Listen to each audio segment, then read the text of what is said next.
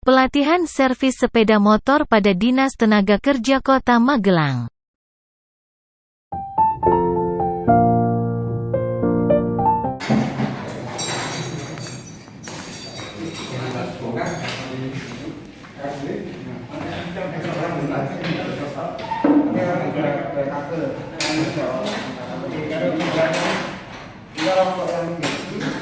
Yang tes sekarang itu yang tes kabel penarik, penarik kan tes kabel yang satu untuk penarik, sama untuk pembuatan. Itu yang kabel. Yang sekarang yang penarik. Ini yang kerjanya apa? Kemudian dari tes penarik, kabel tes penarik, kotor, berat, dan ini sampai penolongnya sampai baik. Ini saya juga. Ini karena sampai cuma satu kabel,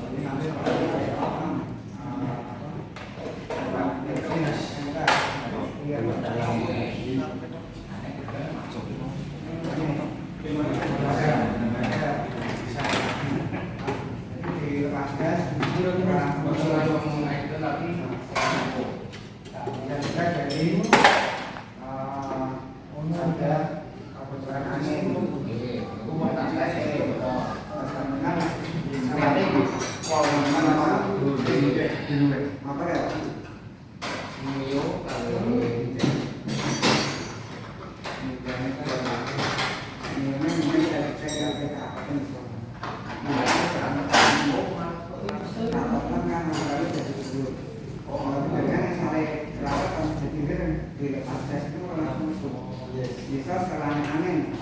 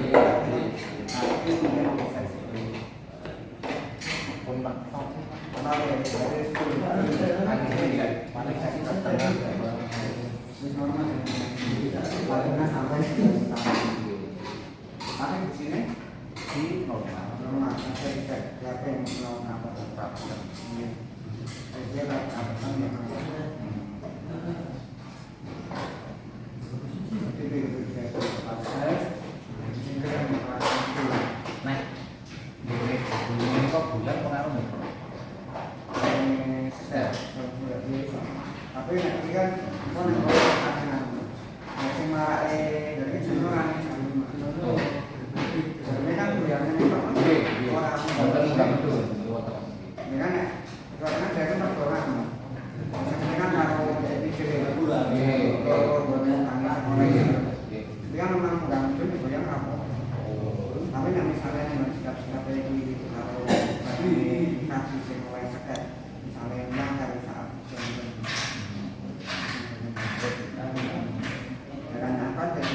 yang berjaya di akhirnya yang mengalir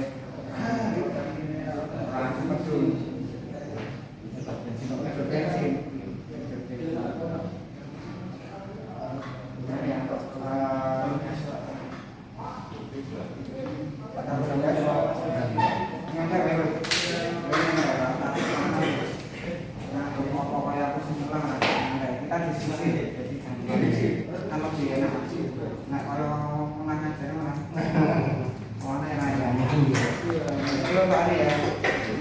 bensin untuk kabelnya dia ada dua. Yang pertama nih ya, yang ada setelahnya untuk kabel menarik, kabel membuka tautannya. Terus yang satunya lagi kabel pengembali. Jadi pada saat terjadi gangguan atau kabel penariknya itu seret ya, trouble. Nah, masih ada satu kabel lagi untuk mendorong si kabel itu menutup.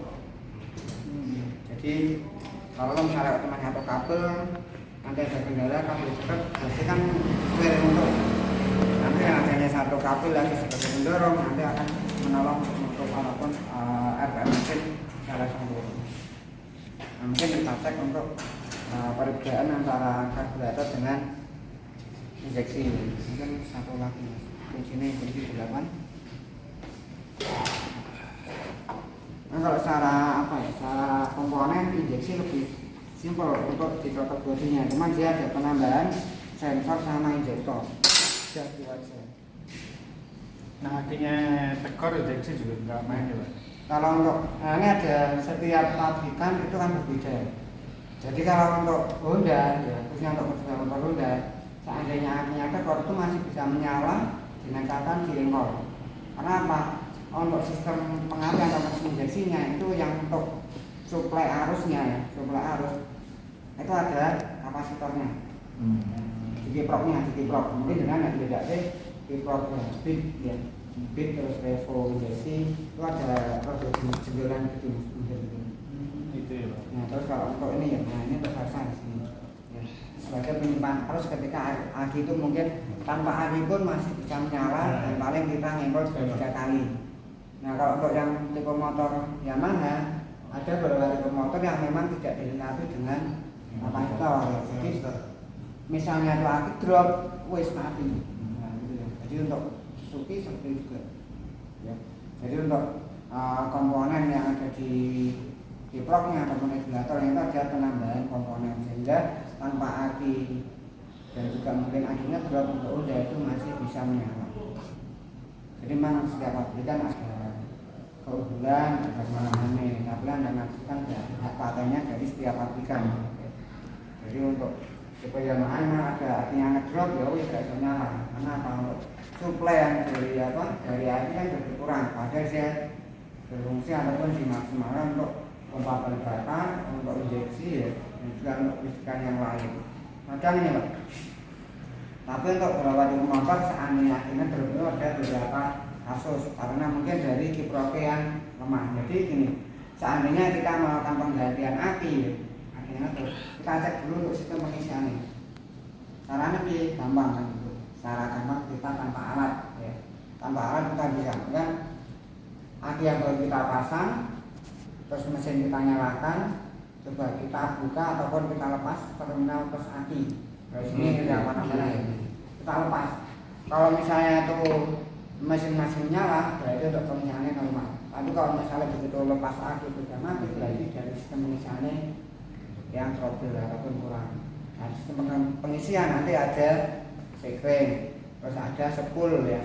Sepul itu juga sebagai generatornya, sebagai sumber arusnya. Terus yang selanjutnya masuk ke regulator ataupun kiprok. Ini jadi luar biasa nih, tapi karena kita ada berani, kiprok kan mengatur dan juga membatasi dan juga merubah. Jadi yang dari 10 itu arus AC, nanti masuk kiprok juga menjadi arus DC. Terus juga dibatasi.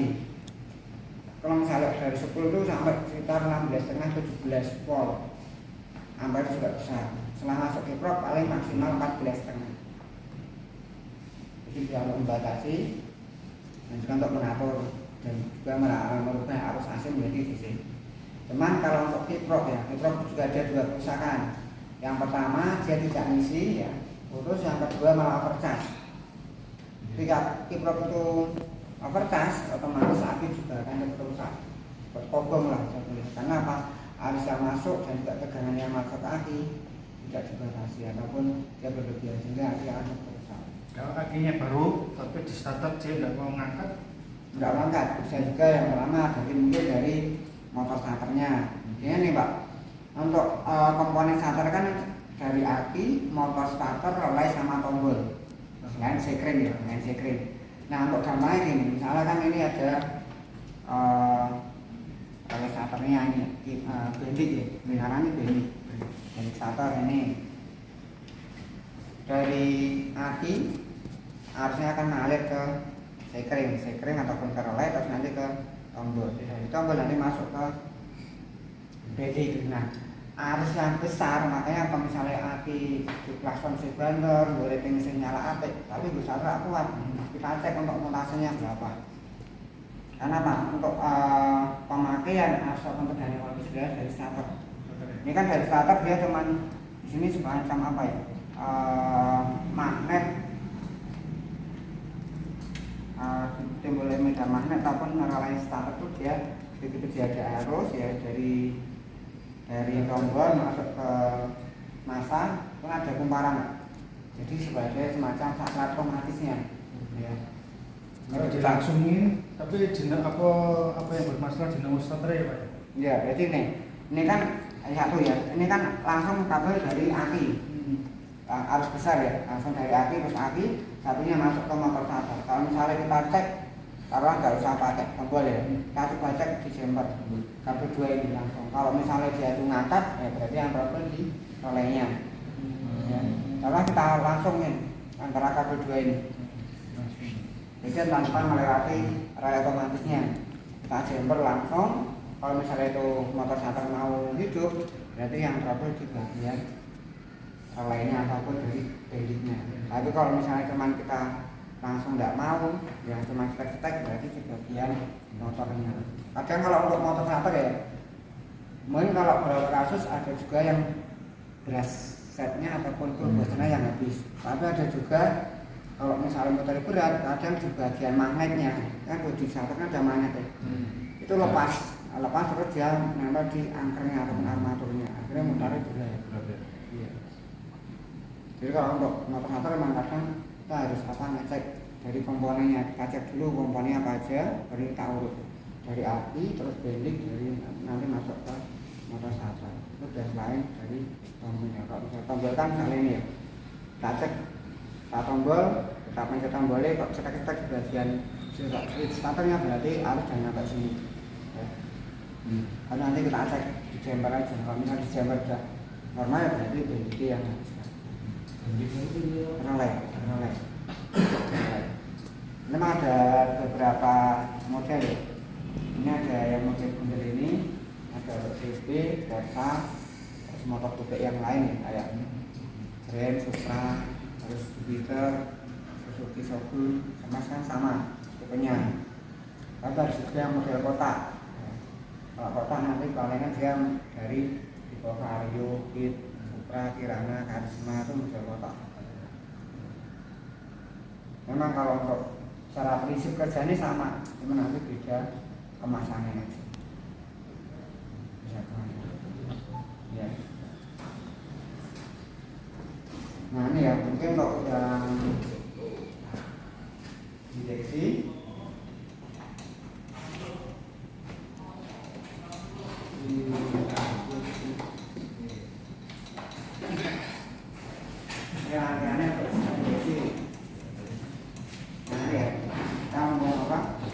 kita bongkar dari roller body yang kita bongkar ini ya. Ini kan dikontrol oleh kabel gas, jadi dia akan mengontrol pembukaan kipas kuku-kukunya atau kuku-kukunya. Mungkin bisa nggak mau dibongkar nggak apa-apa, dengan kunci 8. Jadi nanti juga kalau landscape ya, kalau landscape kan semacam tabung ya, dia bergerak di turun dan juga dikaitkan sama jalur SKP sebagai aliran bahan bakar. Nah kalau di injeksi ini ya, ini cuma ngontrol aliran udara. Jadi yang masuk itu murni dari udara. Nah, nanti untuk injeksinya atau injektornya itu akan dikontrol oleh ECM. ECM dia akan mengontrol ataupun sebagai aktuator ya, sebagai prosesor dari sensor-sensor yang ada di magnet. Jadi kalau untuk magnet injeksi dengan karburator itu akan beda. Kalau untuk injeksi ada reaktornya banyak ataupun penjualannya PKM-nya banyak. Penjualan itu yang di luar itu ada sekitar 11. Kalau untuk karburator itu ada 1. Ya, jadi sebagai PK pengapian. Nah, kalau untuk injeksi itu ada sekitar 9 sampai 11. Nah, kalau yang terbaru adalah sejak 26 yang terbaru sampai 11. Terima kasih telah menyaksikan video ini.